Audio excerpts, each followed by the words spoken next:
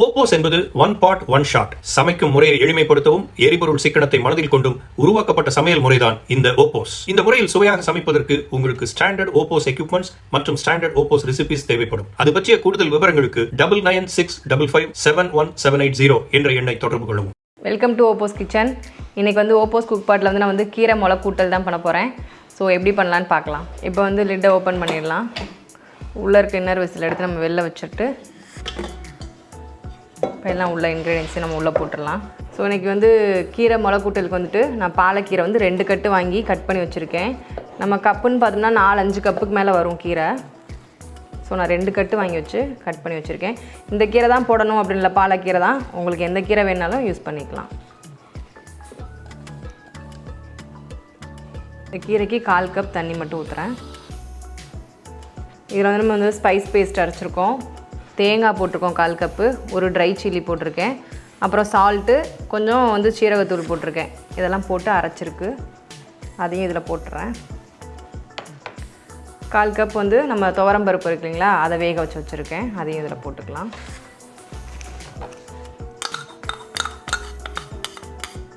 இதெல்லாம் போட்டாச்சு. இதை எடுத்து நம்ம குக் பாட்டில் வச்சு லிட்டை க்ளோஸ் பண்ணிடலாம்.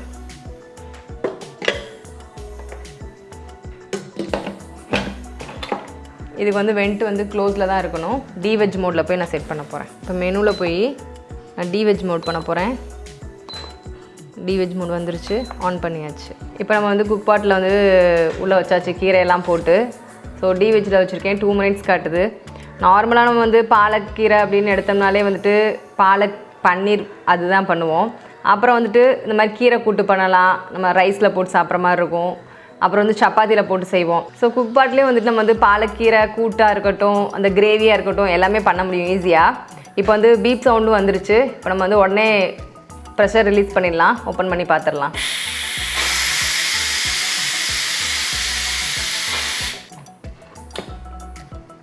ஓப்பன் பண்ணிடலாம். இப்போது கீரை நல்லா வெந்துருச்சு, கலரும் மாறலை, அப்படியே கீரை பச்சையாகவே இருக்குது. நம்ம நார்மலாக வடைச்சட்டில் போட்டு நம்ம வதக்கி நம்ம எடுத்து வைக்கும்போதே கொஞ்சம் தண்ணி வற்றிடுச்சுனாலே கலர் சேஞ்ச் ஆகிடும் உங்களுக்கு.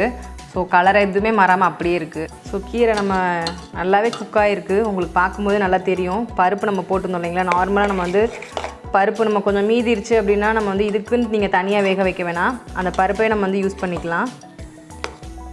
அந்த தேங்காய் இதெல்லாம் போடும்போது நல்லா ரைஸில் போட்டு கொஞ்சம் நெய்யெல்லாம் ஊற்றி குழந்தைங்களுக்கெல்லாம் கொடுத்தா நல்லா விரும்பி சாப்பிடுவாங்க. ஏற்கனவே கீரையிலையும் கொஞ்சம் தண்ணி விடும், நம்மளும் 1/4 கப் தண்ணி ஊற்றிருக்கோம். இப்போ நம்ம பிளேட்டில் மாற்றிடலாம், கிண்ணத்தில்.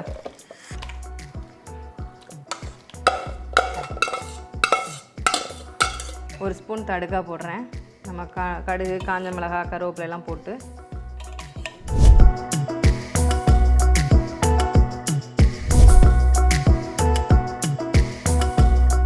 ஸோ கீரை முளைக்கூட்டல் ரெடி ஆகிடுச்சு, குக் பாட்டில் ரெடி பண்ணது.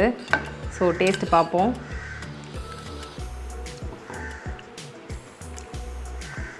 கீரையும் சூப்பராக வெந்திருக்குங்க. நம்ம போட்டிருக்க பருப்பாக இருக்கட்டும், அந்த ஜூஸ் எல்லாம் நல்லா கீரையில் மிக்ஸ் ஆகி சூப்பராக இருக்குது.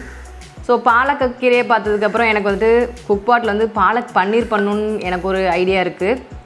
ஸோ அதையும் கூடி சீக்கிரம் நான் உங்களுக்காக பண்ணி காமிக்கிறேன், எப்படி இருக்குதுன்னு பார்க்கலாம். தேங்க்யூ.